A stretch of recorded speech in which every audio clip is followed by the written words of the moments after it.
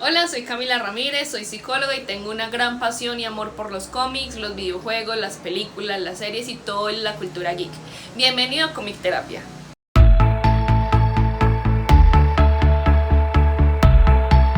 El día de hoy les traigo un video muy especial y es que puedo entrevistar a Iván Marín, uno de los comediantes más famosos en Colombia, el cual nos dejó entrar un rato a su vida y conocer cómo el humor, los cómics y la actuación lo han impactado y cómo han afectado su psicología. Para los que no sepan, mi nombre es Camila Ramírez y estoy con un invitado de lujo que es Iván Marín, tal vez uno de los comediantes más conocidos en este momento en todo Colombia, no solamente por su comedia, sino también porque se lanzó al mundo de la actuación y ha hecho pues reír a miles desde sus inicios. Estuviste en Comediantes de la Noche y creo que desde antes has estado haciendo reír a muchas personas y hoy en día con tantas películas que has interpretado y que también ha hecho como ese eco en la comunidad colombiana. Aparte de que no es para nadie un secreto que eres un gran admirador de los cómics, principalmente de Batman, y que a partir de esa experiencia y ese cariño has hecho también rutinas desde la parte geek. Yo quería como comenzar como, primero, coméntanos cómo nació ese gusto por Batman, por los cómics y por toda esa cultura geek. Pues, no sé, cuando uno está ya destinado a ser ñoño, no hay cómo huir de eso.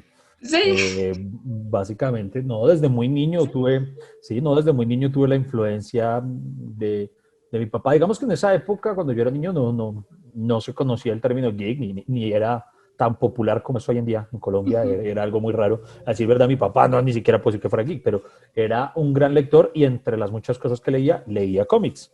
Uh-huh. Y y entonces yo desde la casa tuve siempre como que a mi alcance historietas y un tío me llevaba de ellas, de Batman y de Spider-Man principalmente, para que aprendiera a leer.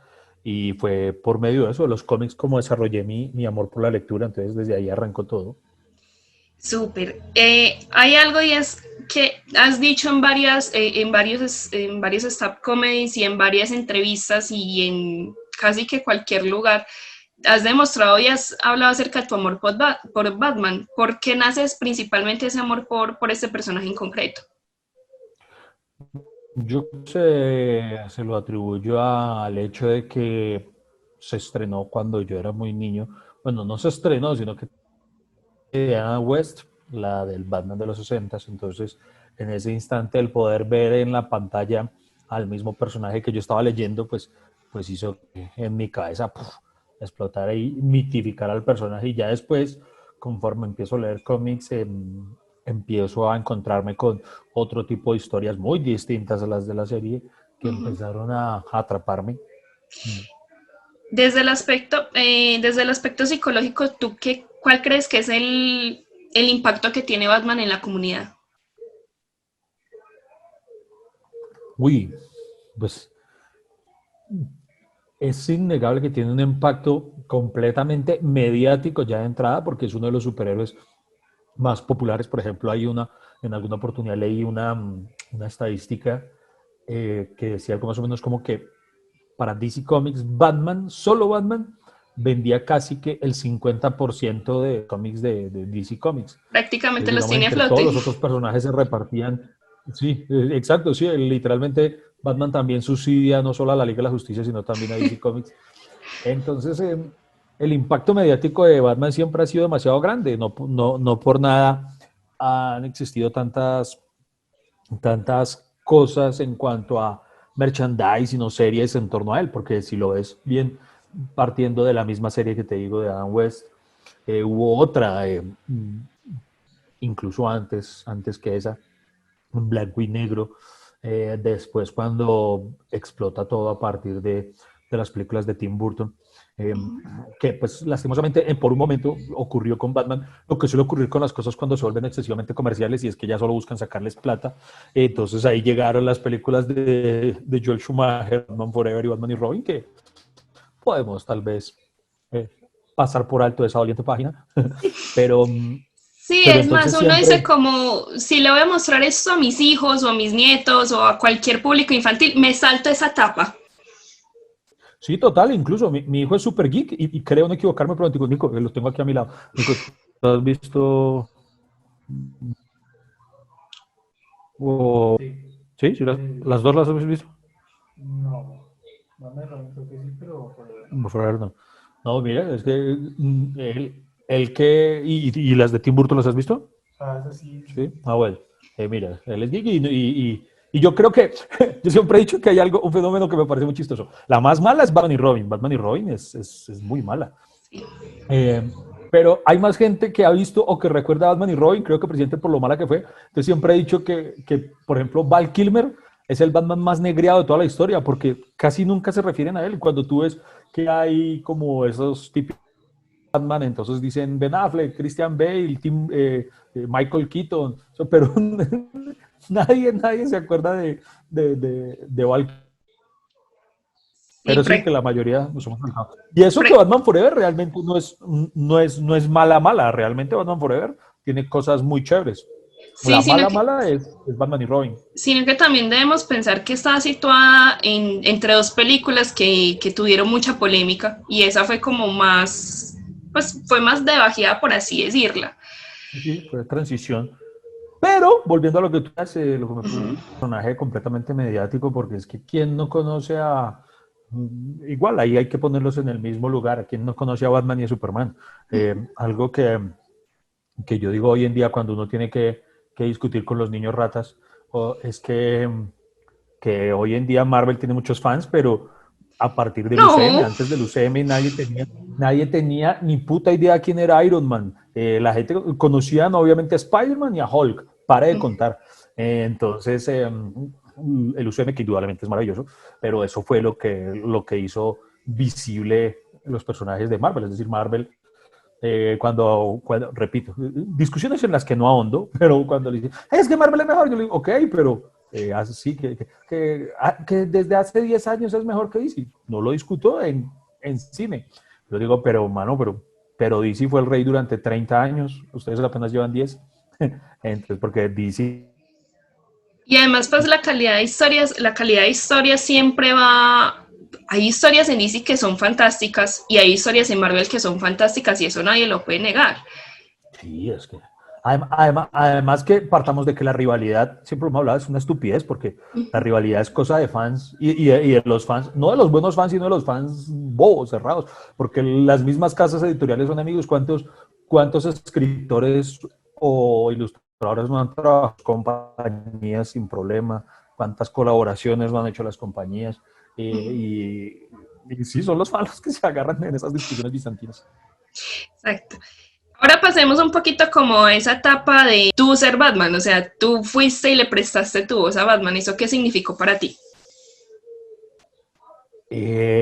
Pues no, yo creo que el más conferido a un fan, porque eh, pues es algo que sobrepasa, siempre he dicho que esa experiencia sobrepasó para mí la satisfacción profesional Uh -huh. y ya entra más en un terreno de satisfacción y de orgullo personal. Pero a diferencia, por ejemplo, digámoslo así, de esta manera, en esa película comparto voces con mi gran amigo Alejandro Riaño, Uh -huh. quien le dio voz al Joker. Pero si tú le preguntas a Alejo, para Alejo fue pues un trabajo más. Y ya, sí, un trabajo más. No, sí, En eso cambio, sí, para yo mí hice. no fue. En cambio, para mí no fue un trabajo más. Entonces, por eso digo que para mí trasciende mucho más allá de incluso lo profesional. Eh, Juntemos ahora la parte del humor. Has sido, pues como lo mencioné desde el inicio, has sido pues uno de los comediantes más queridos e incluso tuve la oportunidad, yo no sé si usted se acuerda, pero yo sí me acuerdo muy bien de pe a pa que en una Comic Con yo lo pude conocer. Y un amigo fue como, ¿Así? sí, incluso tengo una foto contigo. Y un amigo fue como, él Ah, es qué más chévere. alto que yo. Y lo vio y me dijo, allá está. Y yo, vamos. Entonces sí, te has ganado el cariño de mucha gente y pues mucha gente te conoce. O sea, y mira que has llegado a todo ese tipo de públicos, a todas las edades. ¿Cómo nació ese cariño y esa vocación por el humor? Eh, pues eso nace, el gusto por el humor de toda la vida. Siempre he sido muy fanático del humor, de los humoristas, Ujú. desde muy niño, desde cuando escuchaba a grandes intérpretes del humor en la radio y después los empiezo a ver, algunos de ellos en el Festival Internacional del Humor, que lo transmitía Caracol Televisión. Entonces, como público, desde siempre, pero ya como intérprete, a partir de algún momento en mi vida en el que atravesaba por situaciones muy difíciles y, y pues descubrí en el humor un arma para enfrentar todas esas dificultades. ¿Sabes? ¿Te has dado cuenta del impacto que tú has tenido en la vida de muchas personas por eso mismo, por llevar ese humor y ayudarle a muchas personas a salir de esa depresión o esos momentos críticos a través de una risa? Mira que ha sido algo muy bonito el hecho de que muchas personas, bueno, no digo muchas, pero digamos un número importante de personas así me lo han manifestado a través de las redes sociales, el cómo mis videos, mis chistes, mis películas, no sé, les han servido de compañía a través de momentos fuertes de sus vidas, de depresión o algo. Y no diría que yo los he ayudado a salir de la depresión, porque creo que la depresión es demasiado complicada como para Mm. que alguien de manera tan lejana pueda sacarlos de la depresión, pero sí por lo menos servirles de compañía en el proceso y eso ha sido algo muy satisfactorio para mí. Además que, debo decirlo de esta forma, cada algo semejante, siento que valió la pena, porque desde que empecé en esto, a decir verdad, la primera razón, la razón fundamental por la cual empecé en esto era esa. Yo quería, ya que yo estaba atravesando un momento difícil, quería poder brindarle esa ayuda a personas que atravesaran por experiencias así. Y eso es algo muy bonito. Bueno, si bien no, como que no la sacas de esa depresión, sí sirves como una red de apoyo, porque es algo que les ayuda también como a despejar la mente, a reírse, a poder sacar como un momentico su cabeza de los problemas, aun y cuando pues no sabes ni siquiera a quién les están llegando. Tengo entendido que fuiste incluso, has ido a otros países, incluso de habla no hispana. Sí, sí, sí, se han hecho cositas, digo yo, se han hecho Tan cositas. modesto. Hay algo que yo soy una fan y es de las Marinews. ¿Cómo Ay, qué chévere. haces? Sí, es algo que a mí me encanta. Yo creo que soy de los cuatro gatos, que usted no sabe que soy de los cuatro gatos, pero soy de esos cuatro gatos. Y algo es cómo coger ese humor para reírnos de la realidad. ¿Cómo tomas una noticia que a veces puede ser como que a uno le da mucha rabia? Por ejemplo, las que se meten principalmente con el pueblo colombiano. ¿Cómo coges y puedes utilizar todo eso para que nos riamos de eso? Pues hay algunas en las que precisamente a partir de la rabia surgen chistes buenos, precisamente porque por medio del humor creo que se pueden decir cosas muy importantes. Y, por ejemplo, digamos, no sé cuándo la gente va a ver esto emitido, pero la semana pasada, digamos, en la última entrega, sí, a decir verdad, en la entrega de ayer, a decir verdad, eh, incluí la noticia del IVA a la sal, el azúcar y el café. Sí. Y a mí me dio mucha rabia porque yo tomo mucho café, yo tomo mucho café. No, es Entonces, que el café es para el que colombiano, pues no, que no diga que el café, el azúcar y la sal no son fundamentales, pues ya de por sí es un absurdo tan grande que resulta cómico. Entonces, en esos momentos no es difícil. Mira que ha sido más difícil, o son más difíciles momentos en los que, por ejemplo, la noticia, y hay ocasiones en las que me ha ocurrido, que digamos la noticia suscita algo que involucra dolor. Y a lo largo de los años he aprendido a ser mucho gusta, incluso tal vez dentro de las mismas Marine News en sus inicios, porque pues ahora ya llevamos bastanticas entregas, creo que estamos como en la 130 y algo. Eh, entonces ya hay cosas a las que me volví mucho más sensible de, de no sentirme bien o de considerar que no está bien burlarme de ciertas cosas que tal vez antes lo hacía, o incluso yéndome más atrás, en años cuando hacía humor radial, hubo ocasiones en las que desarrollamos mucho humor negro y son cosas que, hay chistes que hoy en día yo no sería capaz de repetir, habiendo sido míos, pero yo creo que forman parte de una evolución que uno mismo tiene. Con un amigo guionista, Aldo Juliano Campo, tenemos un término para eso, eh, y es que desarrollamos control de esfínteres cómicas. Entonces entendemos que no todo lo que se nos ocurre debe ser dicho. Entonces hay noticias en las que creo que hay algo por decir importante, creo que hay algo de humor allí implícito, pero el decirlo creo que implica tal vez lastimar a alguien o lastimar a algún sector, y eso jamás ha sido un interés mío. Entonces le digo, pues, puedo omitir el chiste, puedo simple y llanamente, si sé que puedo generar esto, ¿para qué hacerlo? Que es muy distinto, ojo, quiero aclararlo, es muy distinto a, ¿cómo decirlo? A entrar en un juego al cual me rehúso a entrar, que es el de la corrección política.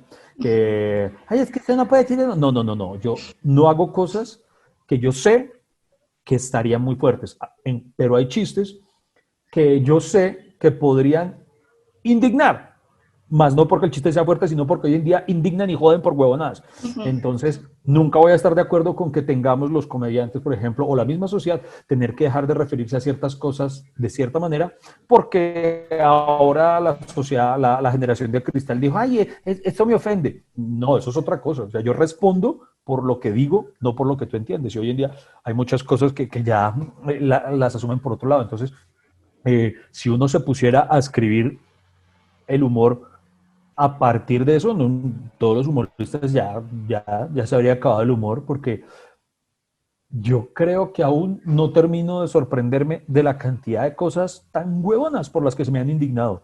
Ya cada rato siempre aparece alguna nueva que me sorprende, que yo digo, ¿en serio? Entonces, eso sí, no, hay cosas que se caen de su propio peso, como te decía, por las cuales yo digo, esto puede resultar no tan chévere, entonces prefiero no decirlo. Pero, pero en la gran mayoría de cosas yo digo, ay, no tienen huevo, yo igual lo voy a decir. Por ejemplo, en psicología tenemos algo y es, se llama, pues tenemos, es un tipo de distorsión que se llama alienación del pensamiento. Y es trabajar con la poca información que tenemos y decir, no, es que esta persona está tratando de decir esto. Y uno es como, no, esa persona no trató de decir eso, dijo lo que dijo. Y no hay que interpretar eso. Y eso es lamentablemente algo que está pasando mucho con la cultura de la cancelación y es, por ejemplo, yo sé que has trabajado mucho en las Marinews con el caso de Pepe Lebu y del resto de cancelaciones, por ejemplo, con Dragon Ball. Y es... ¡Dragon Ball! ¡Dragon Ball! Me indigno, sí. No, yo estoy esperando a Johnny Bravo. Yo estoy esperando la cancelación de Johnny Bravo a esta No, a altura. Johnny Bravo ya le cayeron. A Johnny Bravo también. Lo que pasa es que a Johnny Bravo fue hace un par de años, incluso les tocó hicieron un capítulo, eso es vergonzoso, les tocó hacer un capítulo en el cual Johnny Bravo durante un día es mujer. Sí, me acordé de ese Y capítulo. entonces para el final terminan con la metáfora en la que Johnny Bravo termina aprendiendo que no debe ser así con la mujer, y entonces se cagaron y hasta ahí murió el personaje, porque si ya no es Johnny Bravo, pues Es que yo, ¿qué? O sea, no, mejor dicho. la cosa con este tipo de cancelaciones es, listo, realmente ellos lo están haciendo como forma de educar al niño o como forma de mostrarle al niño que ese tipo de conductas son tan, ¿cómo decirlas? Sin decir una mala palabra. Tan inadecuadas, pues es que no me puedo salir del rol de psicóloga, son tan inadecuadas que pues generan burla, que generan que hagas el ridículo, pero no es que están animando a que tú vayas y acoses a una persona o que como un término pues que están utilizando hoy en día y es el simpea a una persona, sino que simplemente es algo gracioso, riámonos de eso, además porque era una mentalidad muy diferente y la caricatura a ti no te educa. Si bien a ti te impacta, el padre y la madre o las personas que te rodean son las que te deben educar y te deben decir mira, eso es lo que está bien, esto es lo que está mal, mira, este tipo de cosas le incomodan a las demás personas, pero no llegar hasta el punto pues de boicotear a algo o a alguien simplemente porque no va de acuerdo a lo que tú interpretaste, porque ni siquiera como lo estás interpretando es como lo Además, plantearon. exacto, es que además esa cultura de cancelación ni siquiera se limita solo a las caricaturas. Por ejemplo, eh, el año pasado surgió un movimiento, empezaron en esta página Change.org, un boicot contra la película, ¿cómo se llama? Bueno, contra Fragmentado de Nencha, porque el personaje que tiene todas las múltiples personalidades, que era asesino, entonces empezaron a decir que es que entonces, no recuerdo el nombre de esta, ¿cómo se dice? Es que tenía Esta tantos, particularidad mental. Entonces, personalidad disociativa. exactamente, su personalidad disociativa. Entonces, no, entonces todas las personas con personalidad disociativa son asesinos. No, ¿en qué momento están diciendo eso? Están diciendo solamente que ese personaje tiene esa particularidad.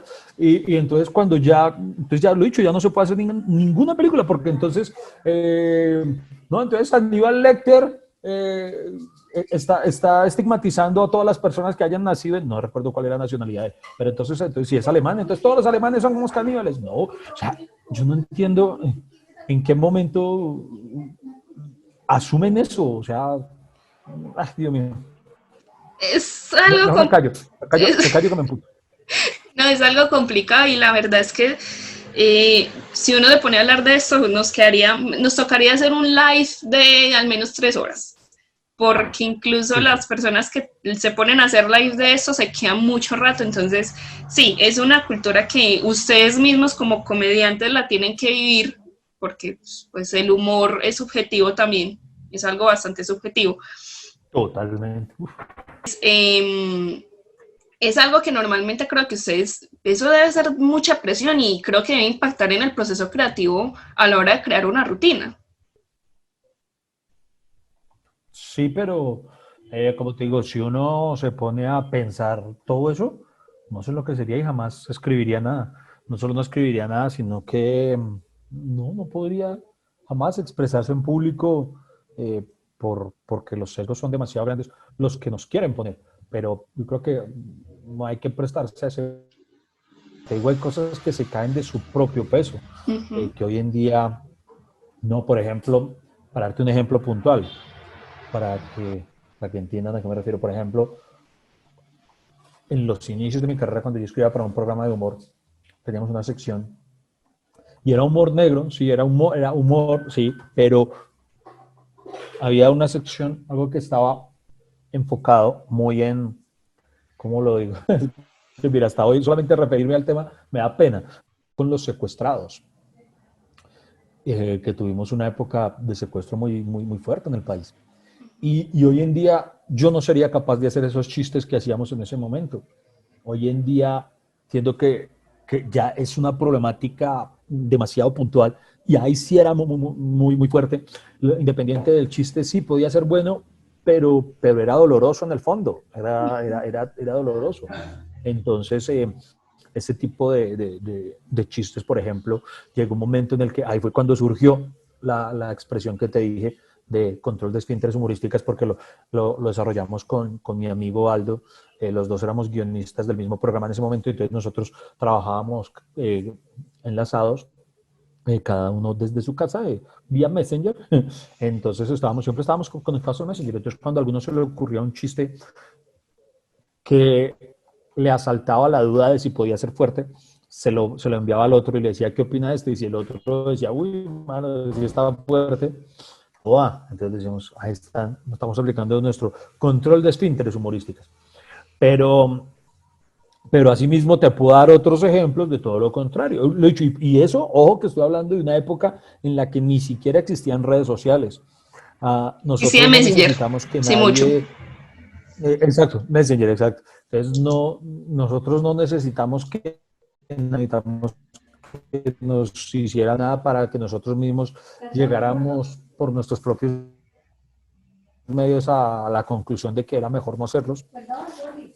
Caso contrario de las cosas que ocurren hoy en día. Hoy en día hay unos ejemplos de, a ver, te voy a citar alguno, uno para a los niveles a los que llegamos. Por ejemplo,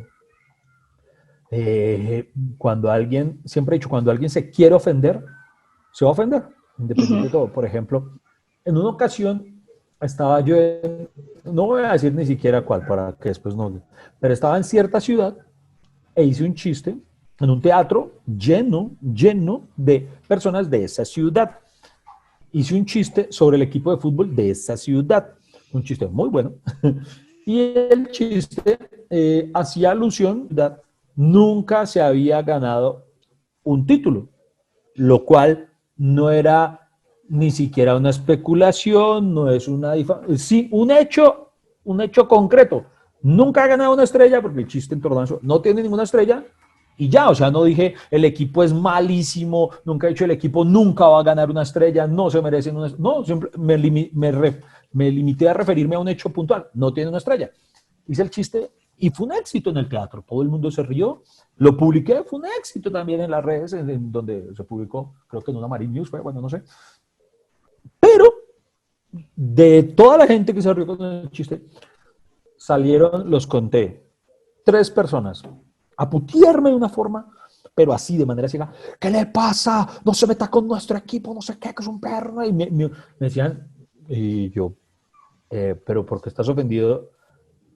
Primero entonces, bueno, entonces voy a decir, no, mentira, sí tiene una estrella, así no la tengan. O sea, y segundo, toda la demás, es tan gracioso que los mismos fans, los mismos hinchas del equipo, al ver lo que ellos comentaban, los mismos hinchas le decían, oiga viejo, tómela suave que el chiste no es ofensivo, es, o sea, o sea yo no, yo Es una realidad. sí, yo no me tomo la molestia de ponerme a... No, le decían, y lo he dicho, y no solo una realidad, sino que una realidad, y no la estaba diciendo de una manera fea, porque también hay formas de decir las cosas, todo va en el tonito. Entonces no había dicho, no lo dije nada de ninguna manera fea, despectiva, pero, entonces, ¿a qué se explica el que hacer un teatro como para unas 500 personas? En el teatro nadie se ofendió, nadie puso un reclamo, pues, de, me devuelve mi plata por ese chiste, la cosa. La rutina, recuerdo, pues no voy a decir, pucha, ¿cómo es de viral? Pero digamos, dentro de las humildes 20.000 personas que vieran casos, yo digo, para que solamente 3 se ofendan. Entonces, que no las 20.000 son hinchas de ese equipo. Ponle tú que otras 500, al igual que las que estuvieron en el teatro, son hinchas del equipo.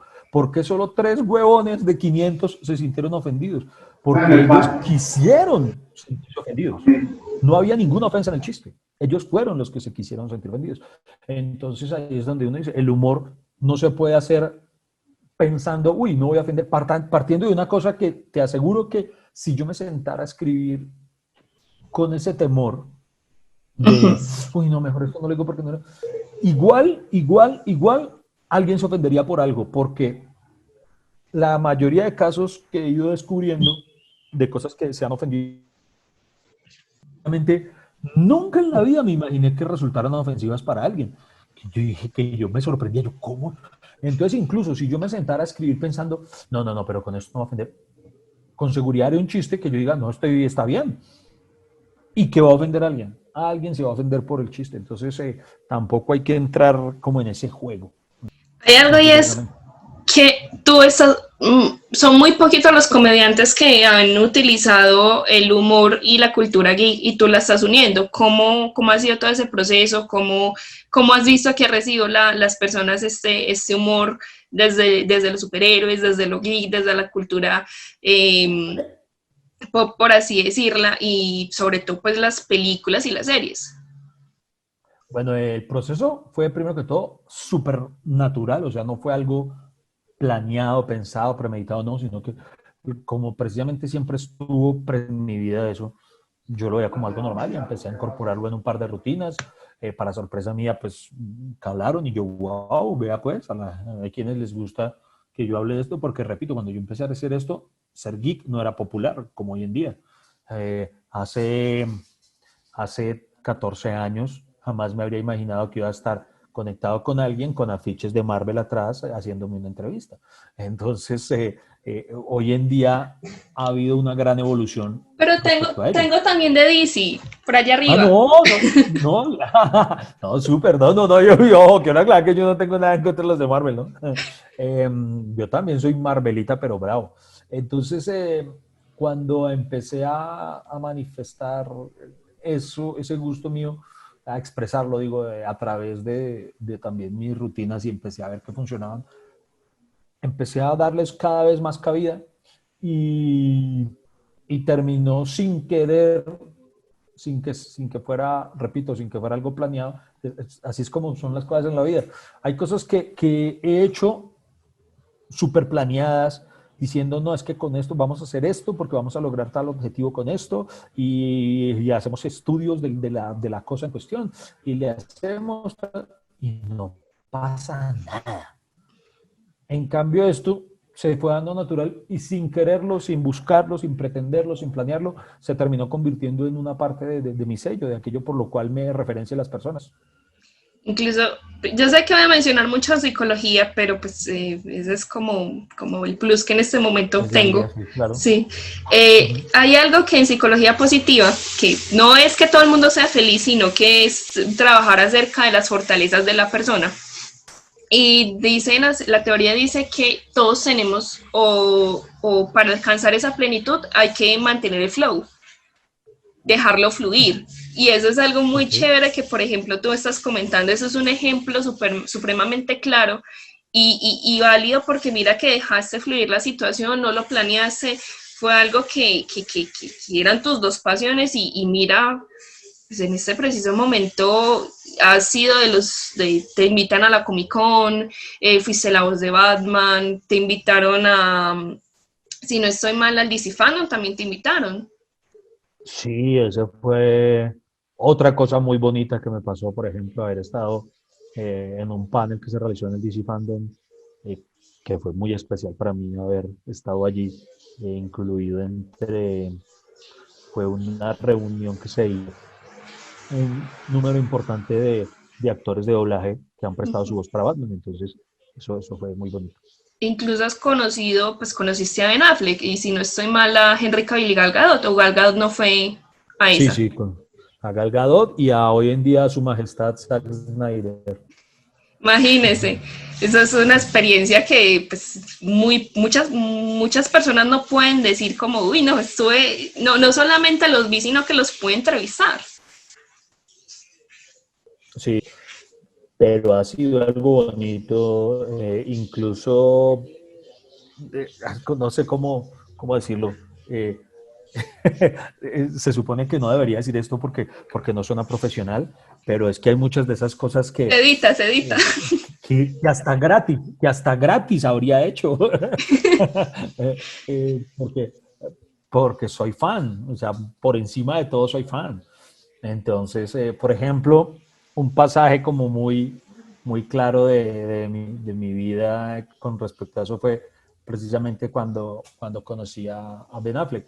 Pues yo estaba todo el panel de Don Justice y me ceden la palabra porque era una rueda de prensa de esas en las cuales, de esas que como uno siempre los ha visto en la televisión súper importantes, pregunta John Smith de la revista Rolling Stone, pregunta tan, y entonces cuando pregunta por Colombia, Iván Marín por Comic Con Colombia, y yo, ay, triple, y entonces el corazón también, y yo tenía 20 preguntas, súper ñoñas, preguntas así de pollas crestapos con todo lo que sé, y en el último instante, no sé, fue una reflexión súper rápida. Y dije, ¿qué hago preguntando estas huevonadas? O sea, cualquier cosa, cualquier pregunta que yo hubiera tenido ahí de las 20 que tenía engatilladas, por muy brillante que fuera, para ellos iba a ser una pregunta más y ya, no iba a pasar de eso. Entonces me dije y me la jugué toda por utilizar mi espacio para romper los protocolos y decir que lo que yo quería era estrechar la mano de Ben Affleck en señal de gratitud como representante de los fans.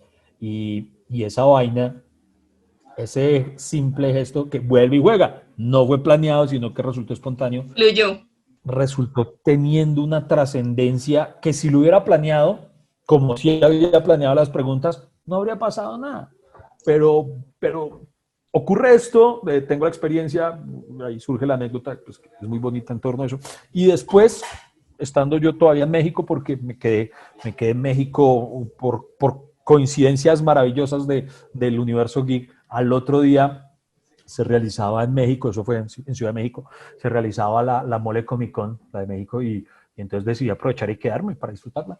Y estando allá me empiezan a escribir mis amigos desde Colombia, pues que hermano, usted salió en el noticiero, y titulaban cosas como Iván Marín conoció a Batman, entonces salía en Caracol, en RCN, tal, y yo decía, ¿qué es esto? Por Dios, nunca me lo hubiera imaginado.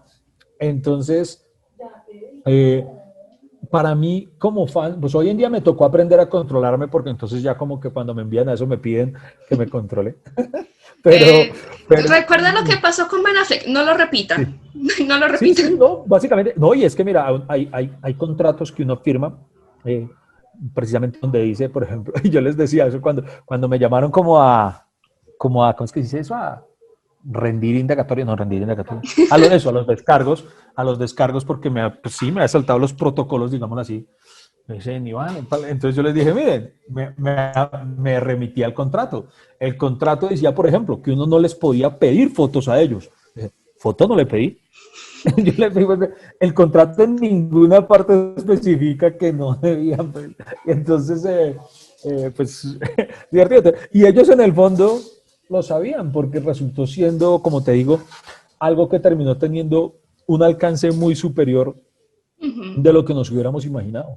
No, además que también, pues, yo creo que eso también les servía mucho a los actores porque refuerzan la idea de que son unas personas muy carismáticas, de que se acercan a su público, que les tienen cariño y que no es un trabajo más, sino que sí es algo representativo para ellos haber estado en la Justice League. Mira que ese día me di cuenta, ese día yo creo, no sé si puede sonar tonto o sí, una ingenuidad aspiracional de mi parte, pero yo creo que de alguna forma a veces bromeo diciendo que tal vez, o sea, yo soy una anécdota para Ben Affleck. De pronto al man le preguntan, venga, alguna vaina rara que le haya pasado en una rueda de prensa, y él va a contar. Y es que él cuenta, por ejemplo, digo, en esa entrevista, en esa rueda de prensa, por ejemplo, previo a mi intervención, hubo dos periodistas, no recuerdo de qué medios, pero que le formularon unas preguntas, además que no sé por qué, casi todos se lo tiraban era Ben Affleck. Estaban los cuatro, estaban Gal Gadot, Henry Cavill, Zack Snyder y Ben Affleck, pero casi todos se lo tiraban a Ben Affleck. Y de preguntas, pero a matar. Y preguntas como, por ejemplo, hubo un periodista que le pregunta a Ben Affleck, le pregunta, ¿usted qué opina de la afirmación de no sé quiéncito, diciendo que la película era una apología al terrorismo por las escenas en la que Batman, como cuando está enfrentando a Superman, como que es una resistencia y no sé qué, y entonces dice una vaina y mete una cuestión de política impresionante y que se nota que la pregunta indispuso a Ben.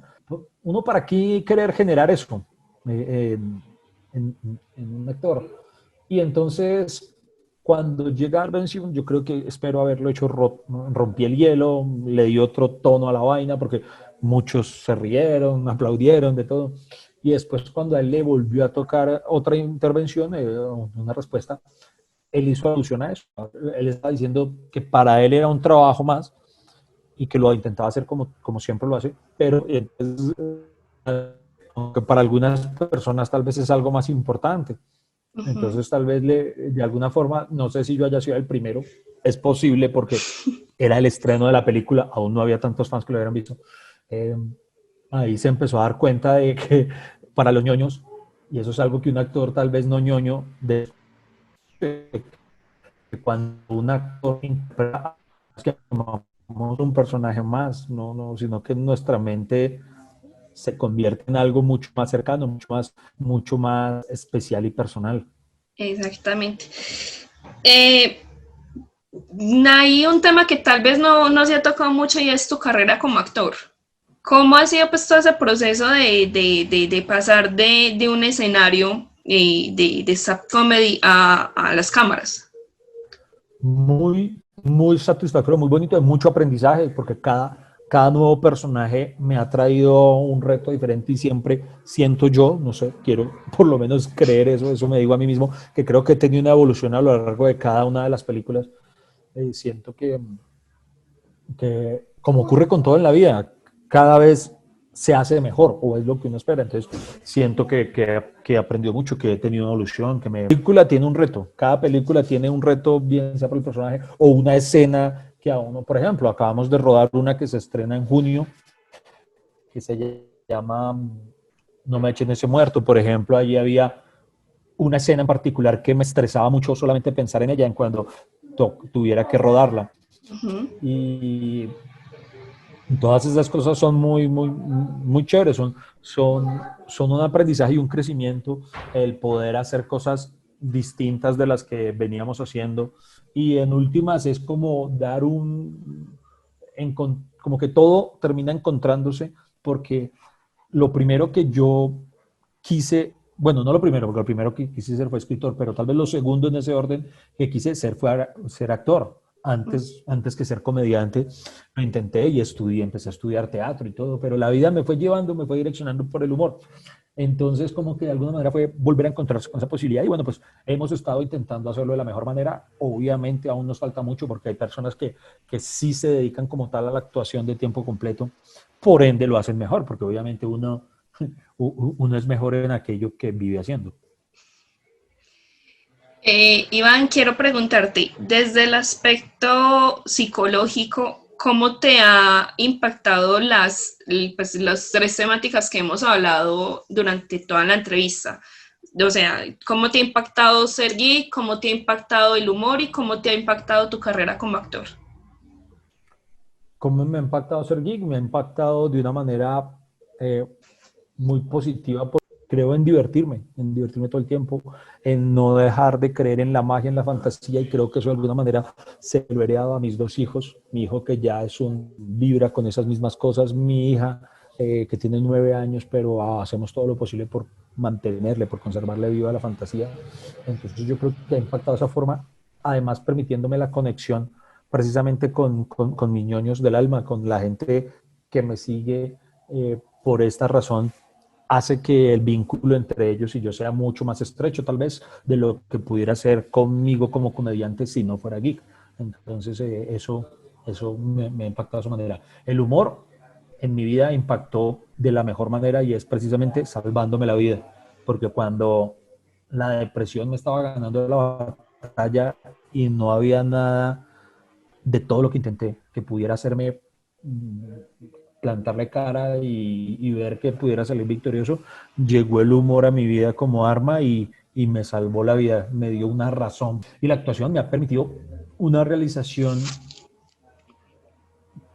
de, si la pego de alguna forma pequeña con la escritura de mis dos libros, que los que yo a la fecha tenía en mi pasado, y poder desarrollarlo, he tenido mucho más en la actuación y me ha permitido evolucionar. Yo creo que eh, como comediante llega un momento en el que sea uno alcanza un techo, que uno ya dice, bueno, uno es un buen comediante como esto. Muchísimas gracias por este espacio. Realmente pues estoy muy muy contenta de poder haberlo entrevistado. Muchísimas gracias por toda la paciencia que me tuvieron. Y pues a nombre de no solamente de mi persona, sino que sé que muchas más personas, muchísimas gracias por ser esa persona que a través de una pantalla nos saca una sonrisa, nos hace creer todavía en la fantasía, porque incluso aun cuando le dio voz a Batman, yo me acuerdo que muchas personas, muchos niños y muchos adultos en el cine estaban como, ¡ay, tenemos un Batman colombiano! Y, y eso nos permite también como decir, como fue madre, si esta persona que sigue mirando adelante y de una manera tan humilde pudo, porque eso es lo que transmite, es una vibra de humildad, de pureza, de buena vibra. Si él pudo, porque nosotros no vamos a poder, y en serio muchísimas gracias por eso. Bueno, muchas gracias a ti por en este caso, ser vocera tal vez, de que me quiero seguir adelante y espero eso, entregarles muchas más sonrisas, muchas más historias y que más convenciones con muchas más películas. Gracias por haber llegado hasta el final del video. Si te gustó, no olvides darle like, suscribirte y comentar. Además, puedes compartir este tipo de contenido para las personas que crean que les pueda interesar. Muchísimas gracias y nos vemos en un próximo video.